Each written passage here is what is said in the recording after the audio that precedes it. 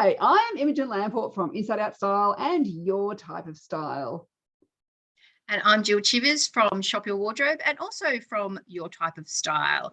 And we're talking today about this concept of being over or underdressed.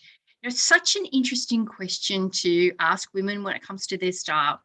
If you had to pick being overdressed or underdressed, either for a specific event or just in general, which one would you choose? Or if it was a continuum, which direction would you lean in? Can't sit on the fence. You have to pick one side or the other. And it's really intriguing to think about that. I know a couple of women, they're twins. They run a styling business in Sydney.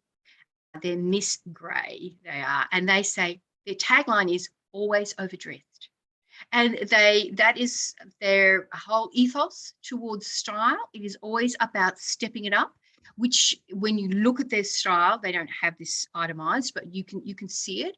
They do a lot of animal print, which is how they came to my attention. But there's heels. There's nothing that's very stretchy, no yoga pants or anything else of that sort. There's a structure to it. A lot of dresses, skirts, things are belted, always accessorized. Their grooming is off the charts. To me, it would take hours to achieve that look. That probably would find the process. But that's actually, it's not just a preference, it's a way of life to be overdressed. They've built their business around being overdressed.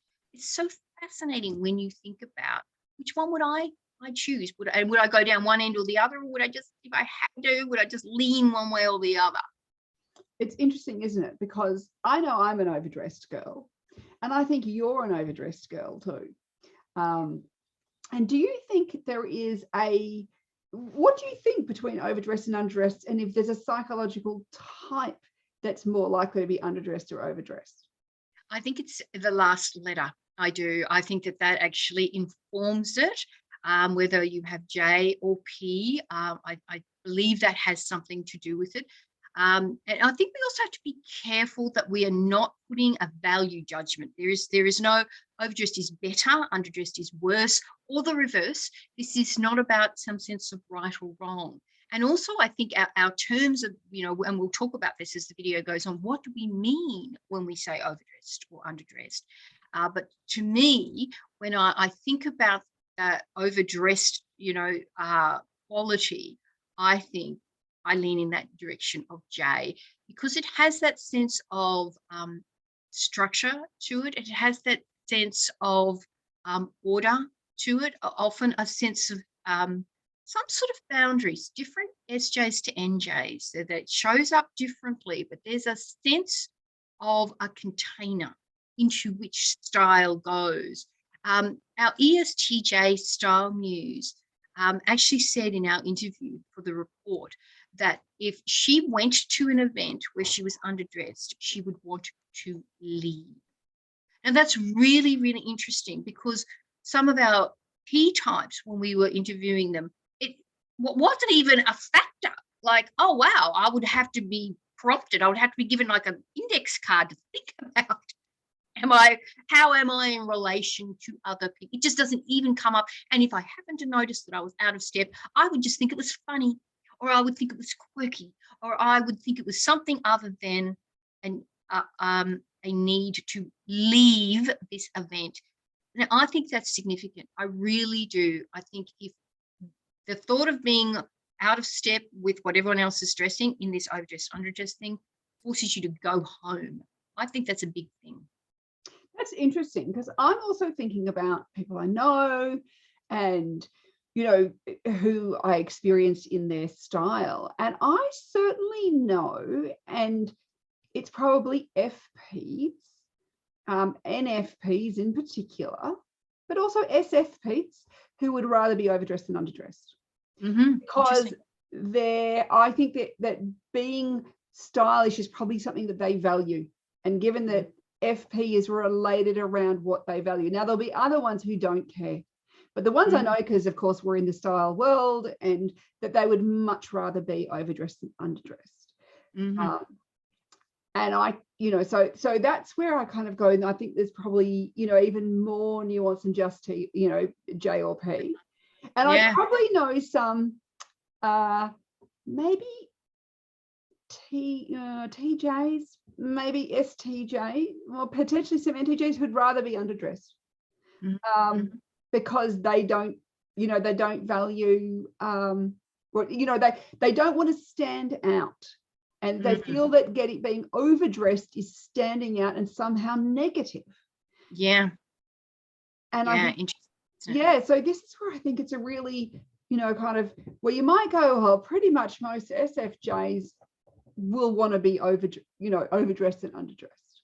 But then I think then it starts to come with the SFPs is how much do they value style versus individuality. Our ISFP style muse talked about setting style challenges herself for the week just to amuse herself. Yeah. She would choose a particular label. There's a label in Australia called Dog Star, which do terrific pants, and it's all a bit creative for me. And she would wear Dog Star for the week to work. Nobody else knew unless they, knew what Dog Star was. But it just amused her, and she was looking to amuse herself. It wasn't looking to start a conversation with anybody. She didn't especially care whether anybody noticed it or not. She's happy to discuss it, but it wasn't a priority for her. It was just for her. It was just her own sense of quirkiness. And I think that's a hallmark of our FPs, is that sense of internal values. And of course, we know INFPs and ISFPs who have a high value for style. It matters a lot to them. And of course, there are others that it really isn't a priority at all. And in fact, they would probably say, I think it's a bit self-absorbed to focus too much on style. There are other much more important things in life than this. And of course, that's all the hallmarks of INFP. They can be one of the hardest style types to pick out, because their internal values are so unique and personal to them, and how they manifest is a reflection of that. It can be hard to see, because they can look so different to one another. Yeah, I know. So some of the INFPs I know would be the most overdressed people in the room. They would be standing out the most. They would have put so much time and effort and energy into their outfits because that's something they value highly. Yes, and I know others who would go, no, I'd never, it's the cause is more important. Whatever is my cause is way more important than what I'm wearing. Excellent. And certainly NTPs, I would say, are probably less likely to be the overdressed people in the room. I would say there's probably more NTPs who are the underdressed.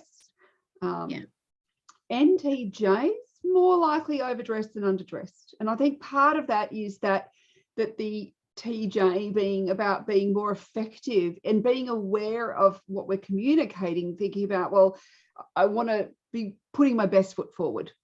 Yeah. So best foot forward is often a sign of I'd rather be overdressed than underdressed, I would think. And the other thing, even about the terms underdressed and overdressed, to me, they're not vacuum terms. They're not. Here's a concept that's sitting out all on its own. To me, it's a in relationship to. That's how I experience it. You might have a different definition, which would be fascinating to hear. But for me, it's always how am I in relation to others?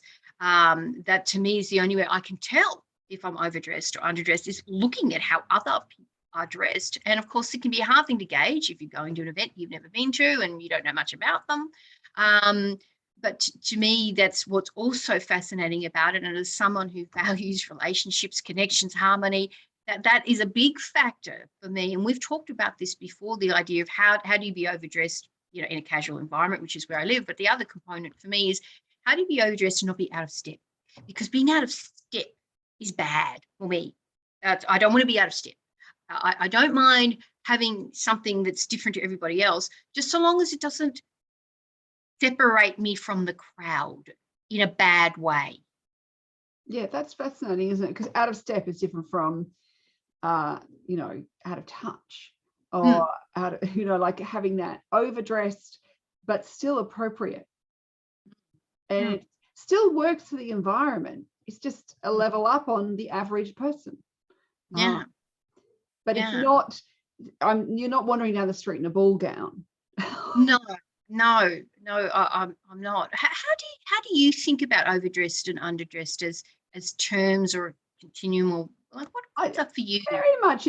Well, because I think it has to be related to what is the norm in some way. So what is the average person at the thing wearing? So if it's because somebody might look at me and go, gee, you're overdressed for just working at home by yourself. Right. There's nobody else here. It's me and the dogs. But to me, it's not overdressed because it makes me feel like the best version of me. Yeah. Now they might go, well, why get out of activewear? Nobody's seeing you. It really doesn't matter. But I know I perform better in myself when I feel good in what I'm wearing. But I also think you often take a daily outfit photo. Yeah. So you have a really good library of photos to illustrate your blog posts. The other thing is you are often on Zooms or doing things online. You are recording videos, you are doing Facebook Lives, you're doing Q&As. Like we were discussing a couple of videos back, you get a call in the morning, can you have a meeting online this afternoon so you don't have to go through the whole, I've got to, up everything to do this. So whilst you're physically alone, you're not. You are surrounded by either relationships that are in an electronic form or communication tools that you're going to use, like photographs or videos that are going to go out into the world and reach people and touch people. So that's all part of the environment. Even though if we were just looking at a video of you, you are in your beautiful light-filled studio with you and the dogs. That's what we see. That's not all that's going on. That's what I think. There is, but there also are days where I can't be bothered to take an outfit photo. I am not actually, I've got no Zooms organized. I'm not going to make a Facebook Live. Like I'm basically not going to be seen, but I will still get dressed. So it is that sort of thing where there's days I can have no contact with the outside world. Maybe though part of it is it's the be prepared of the J type. That goes, who knows that somebody might contact me and want to have a Zoom, and I am prepared. I don't have to then run around and go, oh, I've got to go and put something on. And so there may be something in my type in that way that has got that, just always be prepared to be appropriate. I remember talking to my dad about the way he dresses. So my dad, I think, has ISTJ preferences, and he's always been, well dressed, never in an overstated way, but he's in his mid 80s now and he's retired, but all his life he would wear, he had his work suit and his work dress shirts, and then his weekend was an old pair of suit pants that were no longer good enough to go to work, but not bad by any means, and an old dress shirt just without the tie. That was his weekend clothes. Now he also does bushwalking and woodworking, and his bushwalking and woodworking clothes were the older versions that were no longer appropriate for just going out on the weekend and shopping and stuff. They were, demoted again. So he basically just demoted his work clothes gradually down the line until they became bushwalking. And then when they got too threadbare for that, they went in the bin. Something else was demoted, something new came in to the top spot. And I did ask him about his style at one stage. He just said, you just want to be appropriate all the time. You don't have to think about it. Yeah, well, our ISTJ style muse, we actually have called it the appropriate styles. We did it after ESTJ, which I was almost sure we would use the word appropriate for ESTJ. But the word that kept coming up for ESTJ was more around balance and proportion. And the ISTJ just took the idea of appropriateness to a whole new level I didn't even think was possible after interviewing our ESTJ. And it just was so central to their sense of style, actually scratched their sense of themselves. Just a real identity piece. And that story that you're telling about your dad, I think just illustrates that beautifully. And also, I think is a wonderful illustration of when you can see that this is a natural part of how you have come into the world and how you're approaching the world, because so many of us have gathered these negative messages about who we are, and that we're either this or that. We're boring, we're too predictable, or we're too unpredictable, we're too spontaneous, or whatever it is. Pick any word after two, and we've all gathered some of those. And it can be wonderful, freeing, enlightening just to let some of that go, recognize that, yes, it's there are, you know, to's and fro's and blind spots that go with gifts, but that who we naturally are is a gift to the world and a gift to ourselves, and is wonderful. You know, when we can see it in terms that drop the judgment. Yeah. And I think, and it's so important to think about overdressed and underdressed as a continuum, because I certainly know from talking to, say, an ISTJ client where she would rather be overdressed, but this far overdressed, not this far overdressed. You know, I'd be rather be a touch better than over the top. So I don't want to stand out, but I'd rather not be underdressed because I'd feel very uncomfortable if I came looking not dressed appropriately. So it's really interesting. So, you know, we'd be fascinated to know, is like, where do you sit on the overdressed and underdressed continuum?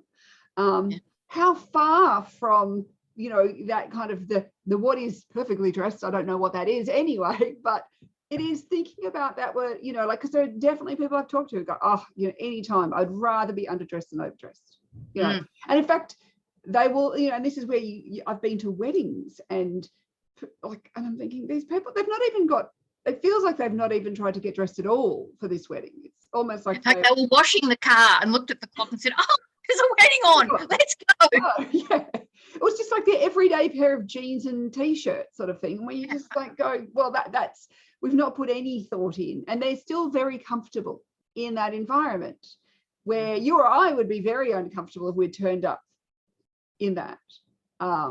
Indeed. Interestingly, I was reading Frankie, which is an arty, crafty, sustainable style, specifically geared towards people in their 20s. I was at the hairdressers, I might say, and they had 4 different kinds of weddings, and one of them was literally called the Hills Hoist wedding.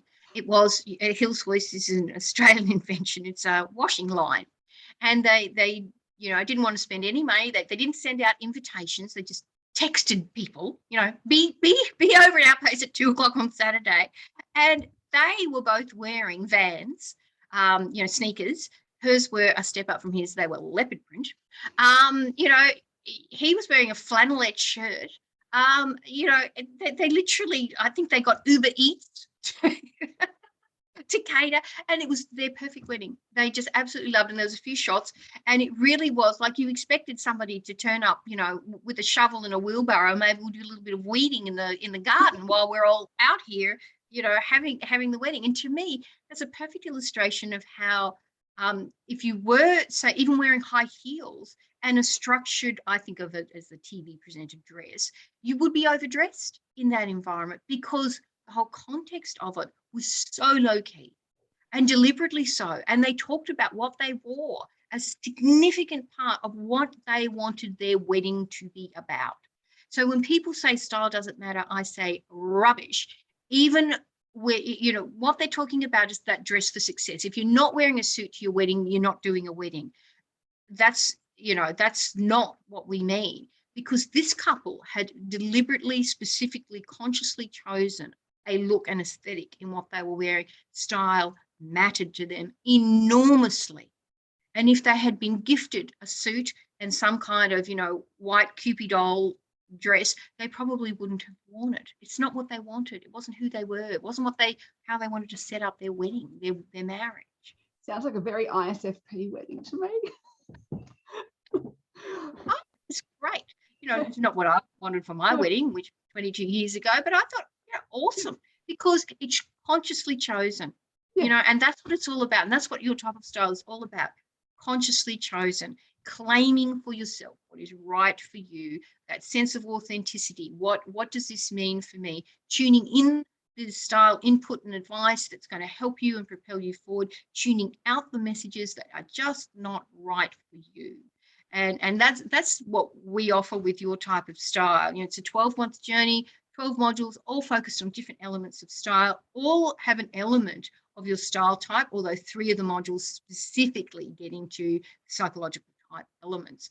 And we just feel it's just this wonderful package of discovery, content, community, that will help you to see and experience your style in a way you never have before. Yeah, so I'd love you to join us. And if you want to find out more, please head over to the 16 Style Types website. And of course, tell us how you feel about the whole concept of overdressed and underdressed. We'd love to know your thoughts as well.